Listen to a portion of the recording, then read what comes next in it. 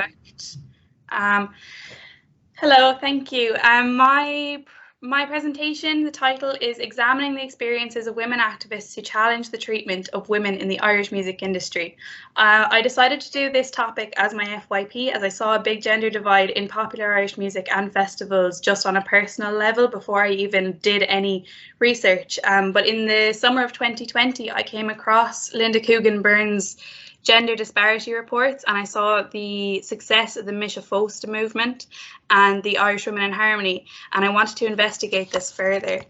I am a fourth year BA Performing Arts student with a focus on voice. As a female singer myself, this topic was really interesting to me, but I also saw an opposite gender imbalance in people studying music, as there are more women than men in my own course, and I thought that this was an interesting correlation, as it obviously doesn't correlate to the percentages in actual Irish popular music. So I wanted to highlight the key issues that face other female musicians in my field. I wanted to bring awareness to this gender gap as I feel it is not spoken about enough. I mainly wanted to collect experiences and opinions from the women working to bring about change, as I knew that their insights would be invaluable. I also wanted to pinpoint the key issues that lead to this disparity and begin to look at solutions.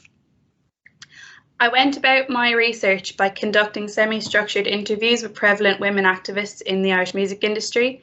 I first interviewed Karen Casey, who is an Irish folk singer. She is a member of Solace, which is an Irish folk band, and she is a co-founder of the Fair Play movement. On their website, it says that Fair Play aims to achieve gender balance in the production, performance, promotion and development of Irish traditional and folk music. We advocate for equal opportunity and balanced representation for all. I then interviewed folk musician Emma Langford, who is a folk musician from Limerick. She was part of the Irish Women in Harmony movement and is the co-creator of the Limerick Lady podcast. She says, "Our focus is on giving women a platform who don't already have those opportunities. I think that's something that's really there is a lot more room for in the industry." I then went on to interview Linda Coogan Byrne. She runs a successful PR company and is the founder of the Why Not Her movement, who release regular data reports featuring airplay statistics, focusing on gender disparity in radio. They also campaign for gender equality in the industry. It was a small sample, but they did provide rich, interesting and differing views. Why Not Her? I initially looked at the Why Not Her reports that went from June 2019 to 2020. They focused on the top 20 most played songs by Irish artists on each of the prevalent Irish radio stations. They found that only one radio station had a 50-50 men to women split in their most played Irish artists, and that was Radio 1 RTE. 16 stations had only 5% women in their top 20, and 3 stations had over 10% women. Women that did feature were the same 2 or 3 repetitively. In the June 2020 to October 2020 report that just came out recently, 21 out of 27 stations had made improvements to their statistics, which meant they had taken on board the criticism that Coogan Byrne had given to them in the initial report and had made improvements on that. 9 stations had improved their statistics by 5%, 3 stations by 10%, 2 by 25% and 1 by 30%. 2FM, notably, had gone from 10% women to 45% women, and Spin 1038 had gone from 5% to 40%. There is also a new 2021 report that shows even further improvements, which does show this issue is being resolved, although it is slowly. In my key literature, I looked at many different pieces of literature, but these are the 3 most notable. There was an article from Strong and Rain which said that women earn less in royalties, they are played less on the radio, they are underrepresented in charts, and they are de-emphasized on Spotify playlists. They are more likely to have shorter careers, and they occupy fewer decision-making roles in the industry. There was also The Invisible Women book by Caroline Criado Perez.